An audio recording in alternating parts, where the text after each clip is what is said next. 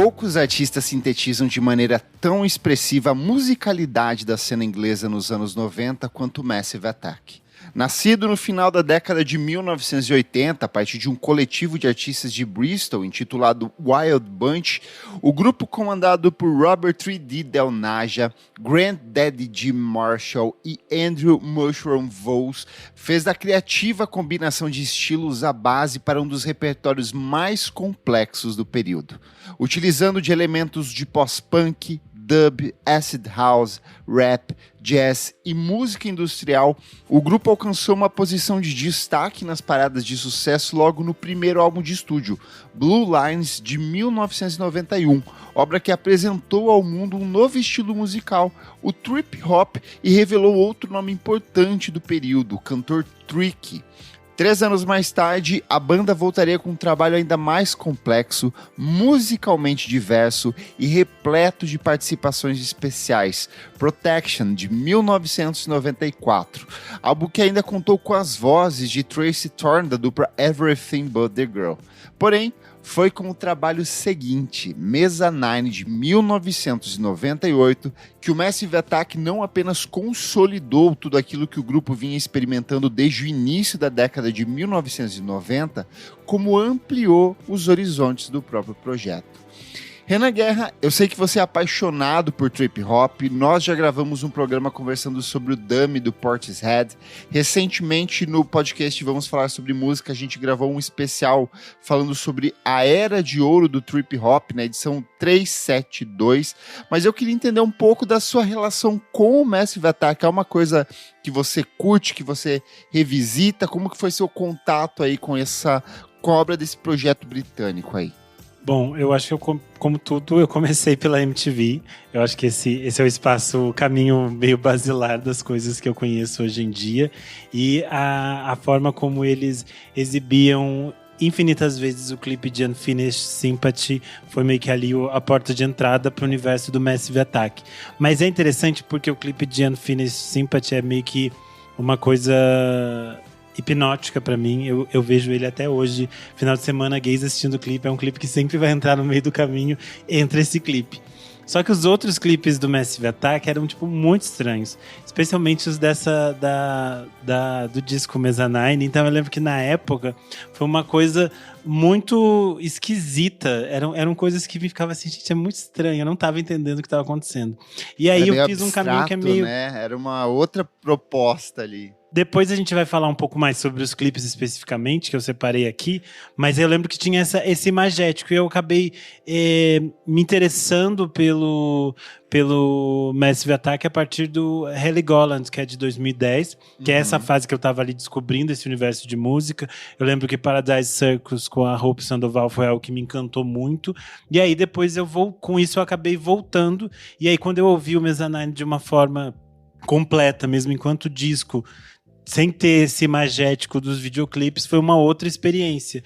E aí eu acho que essa experiência que pra mim é tão importante. E é muito interessante que, como eu não vivi esses anos 90, tipo assim, eu não estava ouvindo trip hop nos anos 90, pra mim o trip hop é tipo muito como se fosse o som do futuro, assim. Eu entendo que é tipo um som muito simbólico dos anos 90, eu entendo que ele representa ali porque uma caralhada de artistas tenta emular esse som de uma forma muito clara na virada do século, mas eu acho que esse disco especificamente do Massive Attack que a gente vai falar hoje, ele tem camadas e sonoridades que nenhum outro artista consegue replicar. Eles tentam muitas vezes, tem muita gente que tenta criar esse mesmo universo, mas é um universo muito único. E aí eu acho muito interessante que ele capta aquele momento de final de século, ele capta todas aquelas experiências, aquelas tensões, aquelas dúvidas que pairavam ali na virada do século. E aí eu acho que ela continua sendo a música do futuro porque nós continuamos com essas mesmas dúvidas, com essas mesmas questões, até talvez de uma forma ainda mais forte, que eu acho que algumas coisas ali da virada do século, politicamente falando, socialmente falando, só se exacerbam agora. Então a gente tem um mundo que combina ainda mais com toda a sonoridade, a introspecção, a tensão que há nesse disco. A gente falou no programa especial lá sobre a era de ouro do trip hop, o quanto Eu, particularmente, acho esse um dos períodos mais ricos em termos de produção, de acabamento, de refino, assim. Porque tinha uma grana pra galera ir atrás dos samples e usar o que eles quisessem, porque tinha muito dinheiro circulando na indústria. Tinha tempo de estúdio, tinha tempo de produção. E eu acho muito emblemático que ele chega ali em 1998, né? No fechamento de década. Você falou, no fechamento ali do século, praticamente. E eu acho muito curioso quanto é trip hop, porque a gente meio que entende como trip hop, mas ele é um disco muito diverso, assim, em termos de gênero, de estrutura, assim, é muito difícil de classificar. Ele tem muito de rock industrial, tipo, ele evoca Nine Inch Nails em vários momentos ali daquela atmosfera do começo dos anos 90 do Nine Inch Nails. Vai ter muito de dub, vai ter muito de música eletrônica, tem momentos que eles quase viram um Prodigy, assim, com a batida bem pesada, bem carregada. É meio inclassificável, assim, eu acho que dialoga muito com a própria imagem de capa do disco, que é essa criatura meio... Parece um besouro, uma coisa meio amorfa, uma coisa meio de vidro. Inclusive, eu tava pensando muito sobre como foi que eu tive o contato com esse disco. Obviamente, a primeira música foi Teardrop por conta da série House, que eu amava. Eu assisti todas as temporadas de House e ela era a música de abertura, então não tem como você assistir a série e não voltar e ouvir. Mas quando eu conheci o Flying Lotus em 2010, enquanto você estava ouvindo ali o disco deles, de 2010, eu tava ouvindo o Cosmogramma, que é um disco que eu gosto bastante, e aí eu fiz o exercício de voltar para ouvir as coisas do Flying Lotus. E o disco anterior é o Los Angeles, e a capa, ela é praticamente uma releitura da capa do Massive Attack. E aí, tipo, muitas das publicações falavam sobre isso, sobre essa relação. É um disco que chega justamente 10 anos depois do disco do Massive Attack, do Mezzanine. Então eu fiz meio que esse caminho a partir disso, ali em 2010, de voltar, de escutar. Mas eu acho que a gente falou até no podcast, Massive Attack, Portishead, o disco do Trick, os trabalhos da Bjork são meio que coisas que... Se você gosta de música e você para pra ouvir música, em algum momento da sua vida você vai se deparar com isso e vai escutar esses discos, né? Sim, e eu acho que faz sentido, já que você citou a capa e citou esses outros artistas, apenas fazer um parênteses aqui para falar sobre a capa especificamente. Ela é uma capa muito icônica, com essa imagem que é um besouro, que é o besouro viado, que é tipo o grande besouro do Reino Unido. Ela é uma foto feita pelo Nick Knight. O Nick Knight é conhecido como um fotógrafo de moda. Nos anos 80 ele tem um trabalho muito grande com o Yohji Yamamoto. E nos anos 90, ali em meados dos anos 90, ele dá uma pausa no trabalho dele de moda para trabalhar no Museu de História Natural de Londres. Ele faz uma grande exibição nesse museu e aí lá dentro ele também tira algumas fotos. Essa foto específica do besouro viado que está na capa do Massive Attack vem desse momento que ele estava trabalhando no Museu de História Natural de Londres. Mas é interessante que depois não, mas nessa mesma época, o Nick Knight vai estar conectado com vários dos outros artistas, pois ele é o responsável pela foto da capa do Homogenic, da Bjork. Uhum. Tanto que existe uma foto original que foi a inspiração para que a Bjork chamasse ele para fazer essa capa. A gente fala sobre isso no nosso Clássicos VFSM sobre o Homogenic da Bjork. Além disso, o Nick Knight dirigiu o clipe de Pagan Poetry, também da Bjork. Uhum. Ele vai dirigir o clipe de 100 Window do Massive Attack. E depois, posteriormente, nos anos 2000, ele vai se transformar assim, um grande nome do universo pop. Ele vai dirigir o clipe de Born This Way, da Lady Gaga. E ele vai ter uma série de trabalhos com o falecido Kanye West. Mas, enfim, acho interessante pensar porque essa é uma capa muito, muito icônica, eu acho, pela própria coisa de ser só esse preto muito forte do besouro e o branco quase chapado, assim. Então acho que é uma capa bastante icônica e é meio que o primeiro impacto que as pessoas vão ter antes ali de dar o play. Bom, e dando um contexto histórico aqui, depois do Blue Lines de 1991 e o Protection de 1994, o Massive Attack chega à Mezzanine com vontade explícita de escurecer essa paleta sonora da banda, assim. Sempre foi um projeto muito amplo musicalmente, que transitava ali por algumas canções até mais ensolaradas, mais voltadas ao reggae, mais voltadas ao dub, mas eles queriam seguir um sentido diferente dos outros trabalhos. Então, menos soul urbano, mais guitarras, texturas industriais, uma produção ali que tensiona o espaço e esses graves. E a obra foi gravada em 1997 e lançada em abril de 1998, e a produção produção do disco foi muito meticulosa e bastante conflituosa entre os integrantes. O Robert Del Naja levou o projeto a várias regravações e reestruturações, o que gerou muitas das tensões internas, tanto que o Andrew Mushroom Voles acabou saindo da banda após esse processo.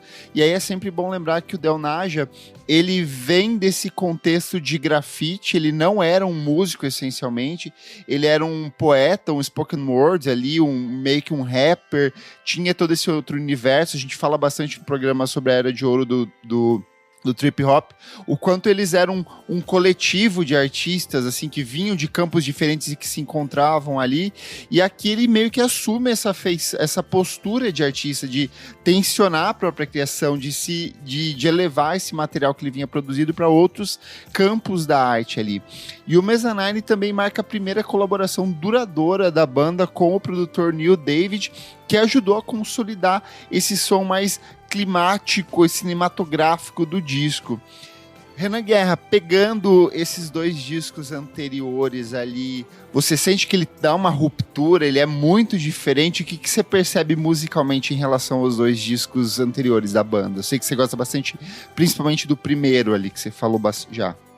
Eu acho que tem uma questão de que a banda se torna algo muito grande na Inglaterra, né, nos anos 90. Desde do surgimento ali da banda, tem essa forma, tem essa questão que eu acho que é algo meio usual de quase todos os artistas do trip hop, que é a forma como eles lidam com a mídia, com a repercussão das coisas. Eu acho que o Protection já expande isso, né? A gente falou, tem a presença da Tracy Thorn, que é do Everything But The Girl, que é uma banda que também vai incorporar a partir dali experimentos e sonoridades do trip hop, e ela para quem não conhece esse universo do Everything But The Girl, a Tracy Thorn na Inglaterra é tipo assim, uma estrela pop. Sim. É tipo assim, Ivete Sangalo deles, gente. Ela é tipo muito grande. Nos anos 90, então, ela era tipo assim, uma coisa muito absurda. Só que ela é uma figura também muito cool, e eu acho que ela tem muito essa relação com o Massive Attack. Nesse sentido, quando a gente pensa no Mezzanine, eles passam por processos muito interessantes. Se você pensar, por exemplo, uma das informações mais absurdas que eu acho é que Teardrop é uma canção que foi pensada originalmente para ter vocais da Madonna. Então você pensa o tamanho que eles tinham assumido nesse momento, assim. E aí é muito interessante que essas mudanças, essas escolhas também vão dando camadas que fazem muito mais sentido para toda a história do disco. Eu acho que a presença do Horace Andy aqui, cada vez mais forte. Ele é um artista que já tinha aparecido no Protection, mas ele se torna praticamente um membro da banda. Sim. A partir daqui, tanto que ele faz os shows ainda ao vivo com ele. Né, até hoje. E ele é muito importante para a criação desse universo e dessa sonoridade. Eu acho que os vocalistas são muito interessantes. Eles não são apenas utilizados para, tipo, trazer, tem um feat aqui de alguém que é importante. Depois, acho que quando a gente entrar dentro das músicas, a gente vai falar um pouco sobre isso. Mas eu acho que a escolha dessas vozes também dialoga com tudo que o álbum tá querendo nos construir.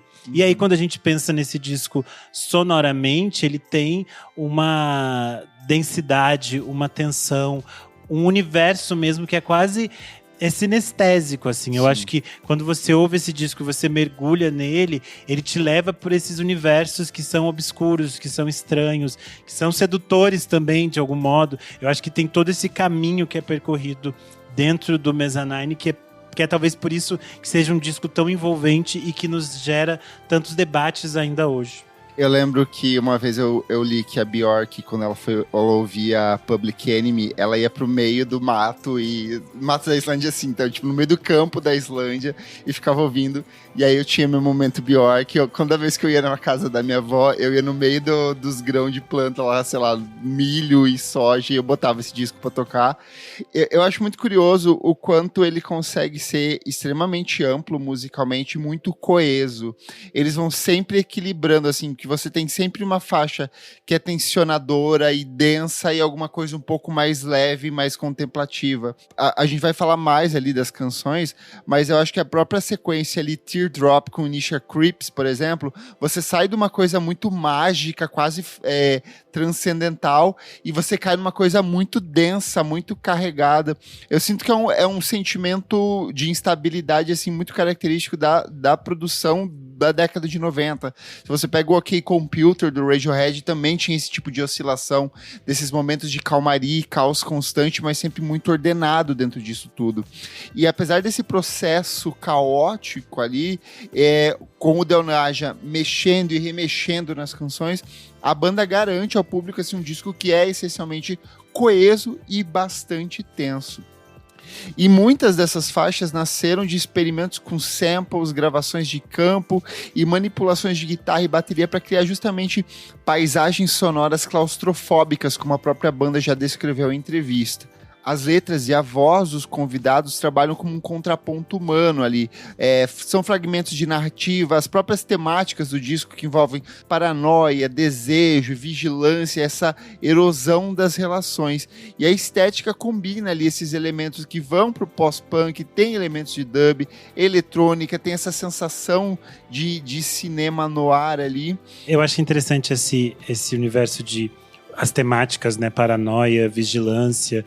Para quem é uma pessoa que, sei lá, nasceu já dentro da internet, é meio difícil explicar talvez essa perspectiva. Mas com o surgimento de todas essas tecnologias, a gente passa, especialmente na virada do século, por uma tensão de como a gente vai lidar com a experiência dessas tecnologias. É meio próximo do que a gente tem de debate hoje em dia em torno do uso da inteligência artificial, como isso afeta a nossa vida, como isso rouba os nossos dados, como isso monitora as nossas questões. Tanto que a gente vai ver que dentro do universo do Mezzanine, do Massive Attack, além de sonoramente, vários dos vídeos e dos materiais que eles fazem de expansão do trabalho musical tratam desse tema de vigilância, de hipervigilância, de medo, de perseguição.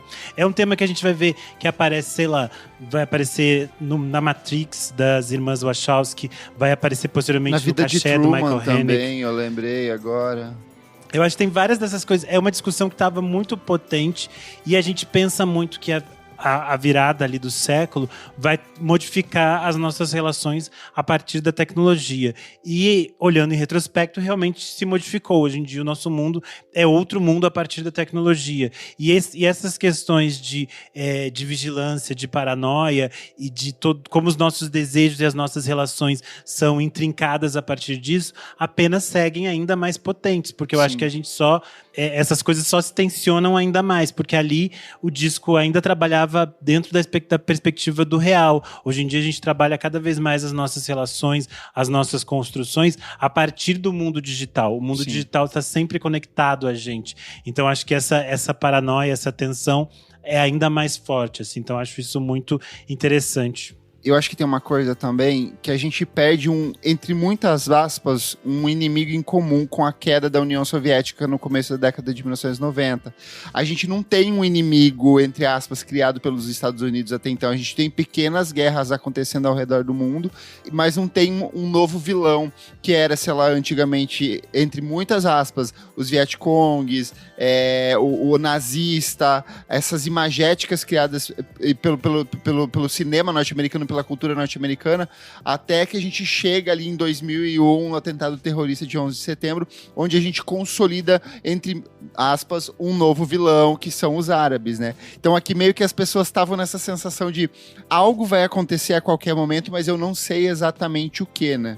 Sim, eu ia realmente citar isso, que a gente passa nos anos 2000 por essa vilanização dos povos árabes, especialmente dos muçulmanos, e é muito interessante que essa virada do século tem essa perspectiva de que entende que a tecnologia poderia ser um vilão. E aí, durante uma grande parte dos anos 2000, as pessoas esquecem a tecnologia como esse vilão, e aí depois a gente tem que lidar com as consequências de que a gente não teve uma educação para lidar com essa tecnologia. Eu acho que isso foi o que a gente vivenciou, por exemplo, durante toda a pandemia de Covid-19, a disseminação de fake news, a forma como as pessoas lidam com isso, a forma como as pessoas colocam seus dados na internet. É toda aquela brincadeira que as pessoas fazem. Quando eu era criança, meus pais diziam, não acredite em tudo que você vê na internet. Hoje em dia, quem acredita em tudo que vê na internet são eles. Então, acho que existe essa mudança. Mas é interessante a gente setar todo esse contexto social, histórico, porque acho que isso reverbera muito na sonoridade que a gente está falando aqui. E a própria sonoridade quebradiça do disco, que eu acho que o disco tem esse universo de possibilidades de gêneros musicais que se entrecruzam e essa possibilidade imensa de samples, que eu acho que é algo muito dos anos 90, né? E a gente vai ter coisas, assim, muito preciosas. A gente vai ter em Rising Sun, por exemplo, o sample de Velvet Underground. A gente vai ter em Teardrop ali um sample de Sometimes I Cry, do Les McCann. A gente vai ter em Black Milk elementos da banda do Manfred Mann, que inclusive gerou problemas com a banda posteriormente. Teve que fazer uma alteração nos créditos ali. Então eles vão navegando por coisas muito antigas, coisas que eles gostavam, coisas que eram referências, coisas que iam para campos muito diferentes da música, mas sempre passando por esse sentimento de desconstrução. Tem até elementos, por exemplo, de música turca em Inertia Creeps. Então eles vão brincando com essas possibilidades dentro de estúdio, e aqui nesse sentido eu acho que eles são ainda mais, para mim eles são mais interessantes até do que o Portishead nesse sentido, porque o Portishead meio que mirava numa coisa mais específica, que era o cinema noir, o jazz, o minimalismo. Aqui eles expandem, eles vão para campos muito diversos da música, mas sempre mantendo esse senso de unidade muito distorcido, que é muito característico do próprio Massive Attack. The detective said missing kids usually come home. What happens when they don't? Based on a true story. Police looking for John Gacy. We discovered bodies. By the looks of it, they're younger men. The things he did to those kids. He's sick. The system failed these families. Devil in Disguise, John Wayne Gacy. Streaming now, only on Peacock. Do you know how many there are? Up to you to find out. Vamos para as faixas, Renan Guerra. Eu quero saber quais são as suas composições favoritas desse disco, que sempre muda na minha perspectiva, assim, toda vez que eu ouço. Eu acho que a gente tem que falar primeiro das duas clássicas, que eu acho que são aquelas que as pessoas conhecem, até pela presença pop dessas músicas. E pela presença delas na cultura brasileira também, né? Que é o caso, eu acho que a gente pode começar com Angel, que é a faixa que abre o disco. Ela é uma faixa que tem um clipe, que eu acho um clipe extremamente icônico do disco, que é o clipe em que o Daddy G começa, ele tá num estacionamento e ele começa a ser perseguido, e aí entra tipo o 3D, o Mushroom, o Horace Andy, e daí começa a surgir muitas pessoas perseguindo ele. E o curioso é que esse clipe não saiu na época, eles gravaram na época, mas ele só foi lançado em 2001, tipo num DVD deles, e aí depois disso, pelo menos aqui no Brasil, a MTV exibia muito esse clipe, então é um clipe que eu tinha essa imagem muito clara. Mas aqui no Brasil, as pessoas têm muito essa música na mente, porque ela foi trilha sonora de Verdades Secretas, a novela da Globo de 2015, que se transformou num grande sucesso, e até hoje as pessoas usam no TikTok essa música por causa da novela.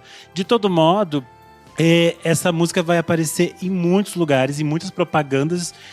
Ela aparece em filmes como Pi, da Darren Aronofsky, ela aparece em Go, que é uma comédia ótima, ela aparece em Snatch, Porcos e Diamantes, aparece, e sim, dá pra ficar aqui, a lista é imensa de coisas. E aí eu acho curioso, porque esta música em específico, esse tem um cover feito pelo Sepultura. Tudo! Que é a banda que vai em 2025, no caso, se você está ouvindo esse episódio depois, mas em 2025 é um show do Massive Attack no Brasil, com a abertura do Sepultura, que no caso vão ser não é o Sepultura em si, mas são os irmãos Cavaleira, interpretando o Chaos AD, que é o disco do Sepultura. Mas esse cover específico de Angel já é da fase que o Derek Green é o vocalista do Sepultura. E aí tem o Andreas Kisser na guitarra, mas na bateria ainda tem o Igor Cavaleira. E é um cover excelente, gente, que nunca ouviu, procure, porque tipo, ele começa meio ambiente, assim, meio parecido com o do Massive Attack, mas ele explode de uma forma completamente diferente, assim, então é super legal. Esse e o cover de Polícia, pra mim, assim, são meus favoritos do Sepultura, eu amo. Eu quero trazer aqui, antes do Renan provavelmente voltar por Teardrop, a presença de Exchange, que elas são duas versões para uma mesma canção, assim.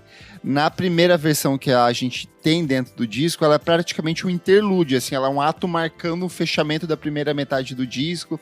Ela é quase uma musiquinha de elevador muito bonita, muito bem acabada, e aí lá no final ela volta ali com a presença das vozes, então um pouco mais voltada pro dub, mais desconstruída. Eu acho que isso sintetiza muito daquilo que a gente falou no começo do programa, do quanto a banda deve ter trabalhado e retrabalhado essas canções incontáveis vezes, assim. E aí vale lembrar também que a gente passa por um processo de transição nesse momento, que a gente sai de um processo de produção analógico, com você tendo uma limitação de canais, de fitas e de coisas mínimas, para um processo digital. Se você está ouvindo aí e quiser ouvir também, a gente falou sobre o álbum TNT do Tortoise, que ele é praticamente um álbum remix. A banda nem sabe mais, a banda teve que aprender a tocar as músicas desse disco, de tantas manipulações, efeitos, recortes, e o Massive Attack passou justamente por isso. E eu acho que essas duas canções meio que sintetizam justamente esse processo exploratório da banda, de tira a voz, coloca a voz, muda, vai ser dub, vai ser mais rock, vai ser mais voltada para eletrônica. Então acho que são duas canções que marcam muito esse processo de manipulação e transformação da banda também. A outra faixa que eu falei que é ali, eu acho que o grande hit do disco é Teardrop, porque ela tem uma coisa que ela é talvez um momento mais acessível, que eu acho que para começar, quando a pessoa descobre essa faixa, pode ser algo que a pessoa se conecte de uma forma mais direta, tanto que eu falei que ela teria originalmente a voz da Madonna. But, eu vou confessar que a primeira vez que eu vi essa música foi na MTV. E o clipe dessa música é aquele bebê sendo gestado dentro da barriga da mãe. E eu acho muito estranho esse clipe. Eu sei, tem um conceito, mas até hoje eu acho ele muito... Eu acho ele meio creepy, assim, de alguma forma estranha. É um clipe dirigido pelo Walter Stern, que é meio que o diretor de vários dos clipes desse disco especificamente. Mas eu acho interessante falar, que essa faixa tem o vocal da Elizabeth Fraser, que é do Cocteau Twins. Elizabeth Fraser é, tipo, uma das grandes vozes desse mundo. Ela é autora da letra dessa música. Quando ela estava gravando essa música em 1997, ela descobre sobre o desaparecimento do Jeff Buckley, que era um amigo ali muito próximo dela. Amigo. Nós não vamos entrar em especulação, isso aqui é um podcast sério, não é de fofoca. Depois, posteriormente, a gente vai saber que ele morreu afogado. Em 2009, ela dá uma entrevista que ela fala que quando ela estava escrevendo essa música e ela estava pensando e gravando essa música, foi todo esse momento que ele some, que ela fica com essas cartas que eles trocavam, e ela pensa até hoje que essa música é de algum modo sobre ele também. E eu acho isso muito bonito. Dito tudo isso, eu achei muito curioso que, se a gente falou que Angel é uma música que é usada em muitas coisas, então tem uma lista imensa de usos da música em trilha sonora, absurdamente as pessoas ouvem Teardrop, elas ouvem a Elizabeth Fraser cantando e pensam: nossa, eu acho que eu posso gravar um cover. E aí existem muitos covers. E aí isso me assusta muito, porque muita gente decidiu gravar. Tipo assim, de José Gonzalez a The Naked and Famous, de Aurora a Hayley Williams, muita gente gravou. Mas pra mim, a que me deixou mais absurdada, de modo total, foi uma gravação de um grupo que se chama The Collective. Foi feito por uma espécie de Criança Esperança da BBC. Se chama Children in Need 2011. Foi um super grupo produzido pelo Xuxa, Gary Barlow. Angélica e Eliana juntas. O Gary Barlow, pra quem não lembra, é o cara do Take That. E aí, basicamente, ele juntou...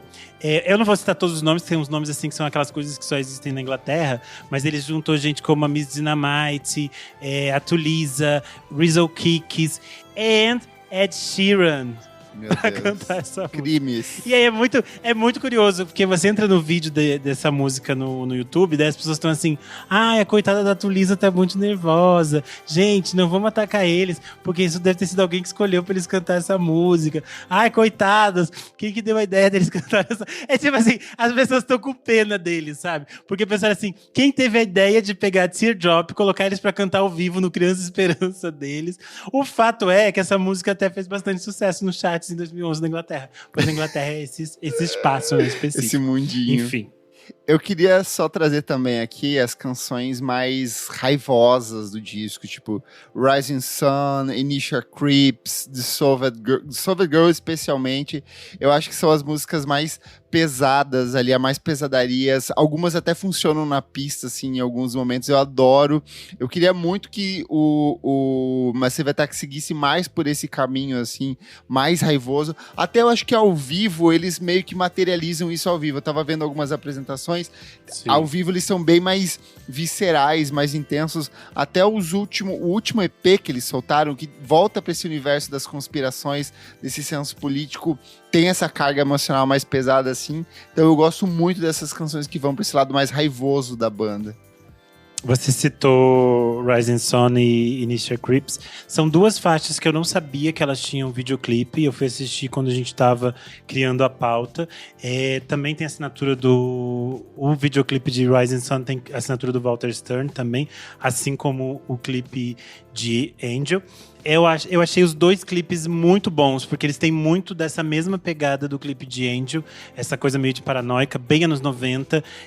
O clipe de Initial Creeps tem até uma vibe meio Fiona Apple Criminal, assim. Tem umas coisas, uns cenários que é tipo assim, pega o mobiliário chique, mais refinado que você achar, coloca numa casa e coloca eles fumando, uma coisa meio dramática. Assim, meu Deus, estou muito tenso, estou muito nervosa. Enfim, é muito anos 90. Os clipes, esses dois clipes especificamente, gritam anos 90, assim, só que eles são lindos. Eu fiquei muito passado, porque eu realmente não conhecia esse. Provavelmente a pessoa que organizava a programação da MTV não gostava tanto desses clipes, porque ela não passou tanto esses. Era das mais lentinhas. Mas eu amei e eu adoro também. Initial Creeps pra mim é uma das, tá tipo no meu top 3 músicas do disco. Eu acho assim que ela tem um ritmo, ela cria um universo que é muito, muito incrível. Nossa, essa o Trent Reznor adoraria ter feito, tenho certeza. O Mezzanine estreou na posição de número 1 no Reino Unido e tornou-se o álbum comercialmente mais bem sucedido do Massive Attack. Segundo informações, até o ano de 2000 ele vendeu 2,5 milhões de cópias. Eu sempre acho muito fascinante esse momento ali, final dos anos 90, onde a gente tem coisas que hoje são muito alternativas, muito experimentais, vendendo absurdamente e ocupando posições de destaque. Mas você sabe que eu tenho a teoria de que eu sempre acho que o público super tá aberto a ouvir as coisas. Sim. Só que eu acho que a mídia às vezes é muito careta e aí não dá espaço para as pessoas. Porque a gente mesmo falou, gente, Angel é uma música que as pessoas colocam para vários TikToks. Elas entendem como uma música bonita. Elas entendem a complexidade dessa música. O público não é tipo um idiota que não tá preparado. Sim. Mas eu acho que, de algum modo, a própria indústria musical setou de uma maneira que parece que as pessoas só gostam de determinadas coisas. Sim. E aí eles, às vezes, já colocam, o artista já lança o seu disco e já é colocado dentro de uma caixinha que você não vende, então a gente nem vai tentar vender. Só que, tipo assim, as pessoas estão abertas a ouvir coisas estranhas e eu acho que o trip hop é a maior prova disso, porque se a gente ouve isso hoje em dia e fica assim, meu Deus, this is the future, imagina eles nos anos 90, quando a bad trip da bala já bateu, ali desceu, e você chega em casa e você coloca isso e você fica assim, meu Deus, eu estou vivendo o futuro. Eu sou o bug do milênio. Eu concordo muito com você, tanto que a gente tem outros dois casos muito relacionados aqui no Brasil, que é o Beirute, na trilha sonora de Hoje é Dia de Maria, que também virou um fenômeno local brasileiro absurdo. Trilha sonora de Capitu. Capitu, verdade, que é do mesmo diretor de Hoje é Dia de Maria, se eu não me engano, não é? E o DXX também, que tocava... Era em Verdades Secretas também, não era?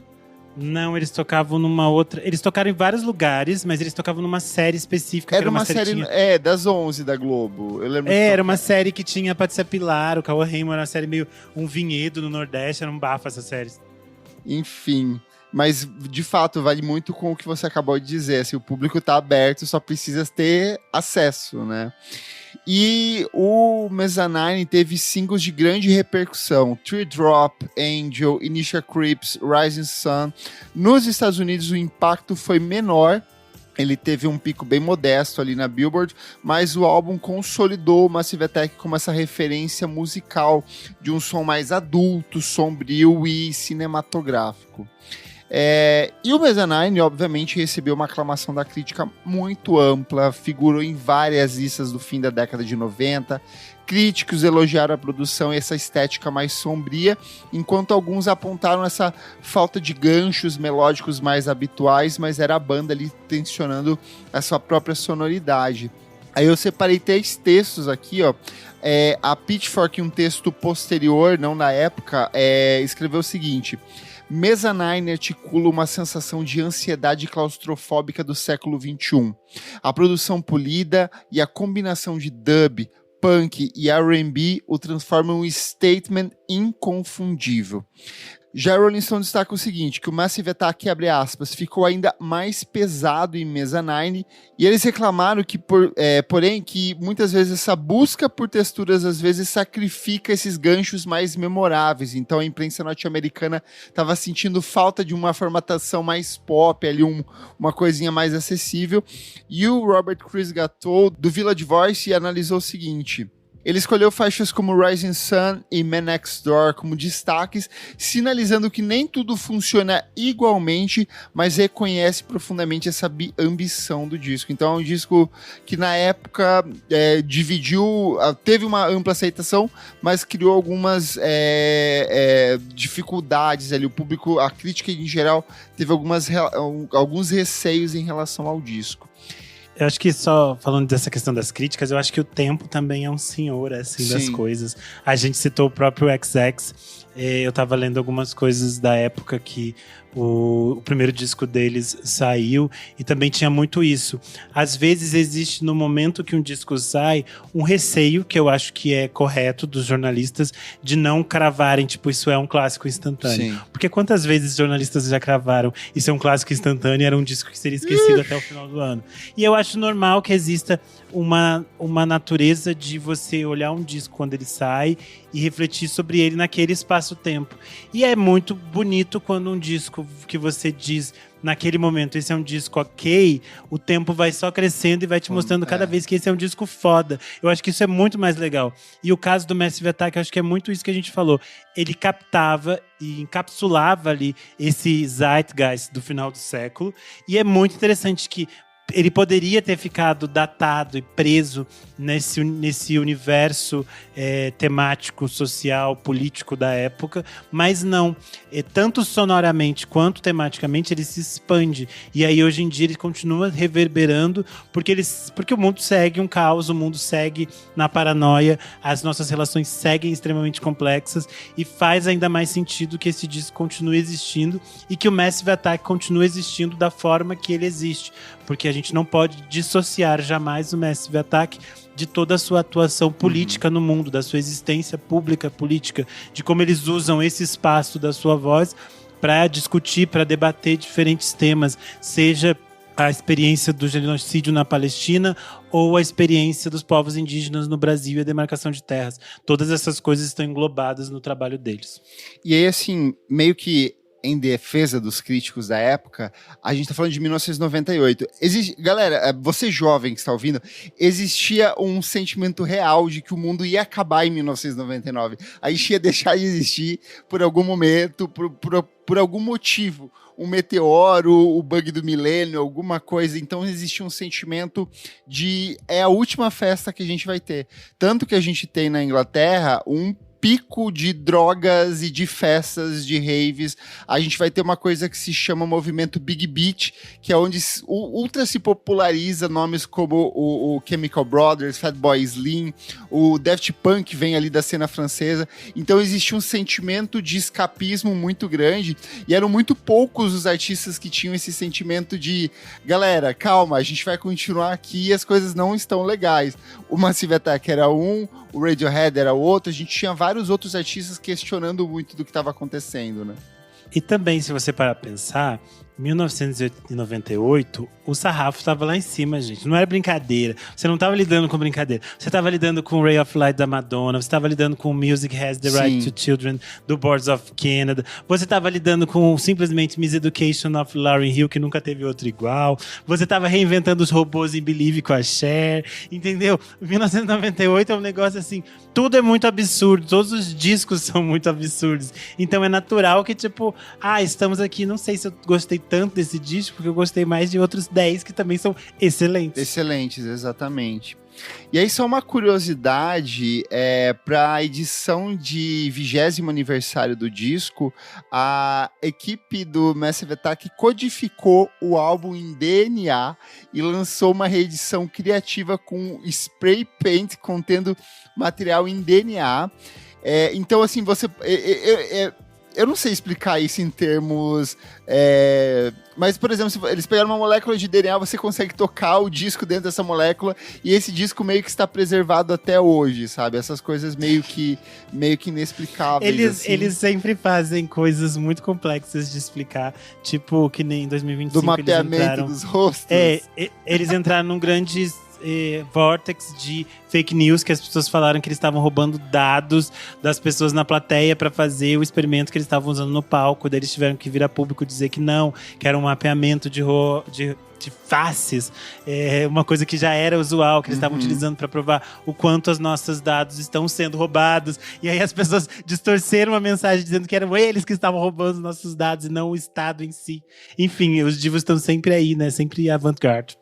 E eu já vou puxar uma das grandes questões todas, que é a relação Banksy e Massive Attack, porque já fizeram vários mapeamentos e várias obras do Banksy surgem em pontos específicos onde o Massive Attack ia se apresentar ou acabou de se apresentar. Então tem várias listas de obras catalogadas relacionando isso. Quando o Banksy faz aquele parque temático no Reino Unido, o Massive Attack era uma das atrações. O Robert Del Naja é conhecido por ser um grafiteiro. Então, assim, tem várias conexões, partilha-se muito de um mesmo discurso, de um mesmo pensamento político ali. Muitas pessoas teorizam que Banksy não é uma pessoa em específico, mas sim um coletivo de artistas. Então, o Massive Attack meio que estaria integrado ali. Então, eu acho que só aumenta esse fascínio em torno da obra deles, é uma coisa que engrandece para mim ainda mais. Então tem essa curiosidade ali. E é assim, a gente falou da edição comemorativa ali dos 20 anos do disco, que não saiu quando ele fez 20 anos, mas quando ele já tinha 21, que ele também ganha uma reedição do Mad Professor, que é assim, um dos grandes nomes do dub, é um dos grandes produtores, um dos grandes gênios do gênero, e o álbum é assim, incrivelmente bom, tão bom quanto a versão original do Massive Attack. Eu acho interessante falar que a Elizabeth Fraser, ela quase não sai de casa mais, faz muitos anos. E aí, todos nós do mundinho gays malucas ficamos enlouquecidas quando em algum momento ela anunciou que ia voltar aos palcos para cantar com Massive Attack. E aí ela chegou a fazer alguns shows com eles antes da pandemia de coronavírus. E aí, a partir de 2024, ela fez uma turnê com eles. Só que também aconteceram alguns shows em que eles não avisavam que a Elizabeth Fraser ia estar. A Alma Negro, que é DJ, drag queen brasileira, vocês devem conhecer ela talvez das parcerias com a Cato. Ela postou um vídeo recentemente, ela estava fazendo turnê na Europa e ela tinha comprado um ingresso para ver o show do Massive Attack e ela já estava muito feliz que ela ia ver o Massive Attack e de repente começa a intro, e ela tá filmando, é muito bom esse vídeo. Ela tá filmando, começa a intro de Teardrop, e aí de repente a Elizabeth Fraser vai entrando no palco. Tudo. E aí o vídeo da Alma Negro começa a ficar tremido, assim, porque a mão dela vai ficando nervosa, ela vai ficando muito nervosa. E eu imagino essa experiência, porque você pensa, a Elizabeth Fraser tem uma coisa que é tipo assim, pra gente que é muito fã, ela é tipo mágica, assim. Sim. E essa música, o Massive Attack, tem uma coisa desse universo meio cósmico, quase mesmo. Então deve ser uma experiência ao vivo muito absurda, assim. Perfeito. Mezzanine transformou o trip hop em algo mais sombrio e abrangente, influenciando artistas da cena eletrônica, do indie rock, produtores de trilha sonora, bandas e produtores modernos de eletrônico atmosférico, artistas urbanos. Todos eles citam o álbum como uma de suas principais inspirações. A estética do álbum também influenciou a forma de apresentar música ao vivo. O espetáculo que vem para o Brasil, eu acho que sintetiza muito isso. Lá fora, todos esses comentários que o Renan falou dessa relação com o público ainda é uma coisa muito provocativa. Então eu acho que é bem representativo do quanto quase 30 anos depois de lançado, ele é um disco que ainda reverbera com muito impacto. Eu acho que parte disso também é porque a banda se recusa a produzir outras coisas, né? Eles lançam só mais 2 discos depois disso, e todos com intervalos de tempo, assim... O segundo não, né? O disco de 2001 ali não, mas o outro é só em 2010, depois eles só lançam singles e remixes. Mas é uma banda que tem um impacto muito grande até hoje. A última vez que o grupo veio ao Brasil foi em 2010, com shows em São Paulo e Belo Horizonte, e voltam agora para o Projeto Índigo aqui no Brasil. Expectativas altíssimas para esse show, né, Renan? Não, eu acho que fica aquela tensão de ver essas coisas transformadas no ao vivo, assim. Como você falou, o Massive Attack não lança muitas coisas, mas eu acho que isso também é algo positivo, porque é algo que a gente comentou no episódio sobre o trip hop. Às vezes é melhor você não ficar gravando tantas coisas, Sim. porque você vai entregar coisas medianas, e todas as coisas que o Massive Attack entrega são coisas muito grandiosas, e eu acho que todo o trabalho que eles fazem, para além do lançamento de disco, é às vezes até mais relevante musicalmente, politicamente, historicamente, do que lançar um disco que fosse mediano, sabe? Então a oportunidade da gente poder vê-los no Brasil de novo é algo muito único, e pensar que eles são uma das raras bandas que pensa as turnês deles de forma positiva, que cause cada vez menos impactos ao planeta, a forma como eles ecológicos, circulam. Né? Isso, porque a gente tem discutido essa questão de como o fato de que as grandes turnês têm viajado cada vez mais o mundo, isso tem gerado impactos sociais e ecológicos cada vez maiores. E aí eu acho muito importante como a banda está sempre conectada com essa perspectiva de diminuir a pegada global deles de impacto ambiental, e também está preocupada em se conectar com necessidades e demandas dos locais onde eles visitam, para não ser uma coisa à parte ou deslocada daquilo que existe onde eles vão se apresentar. O Clássicos VFSM é um projeto paralelo do podcast Vamos Falar Sobre Música. Apoie a gente em apoia.se/podcast VFSM. Por apenas R$5 por mês você tem acesso a esse e outros programas lançados com muita antecedência. Eu sou o @Kleberfak em todas as redes sociais, e você também pode acompanhar o meu site musicainstantanea.com.br. Eu sou o _Renan Guerra em todas as redes sociais, e você pode também acompanhar minha newsletter no Substack. Não esquece de seguir a gente nas nossas redes sociais, @podcast VFSM em tudo. Até a próxima edição.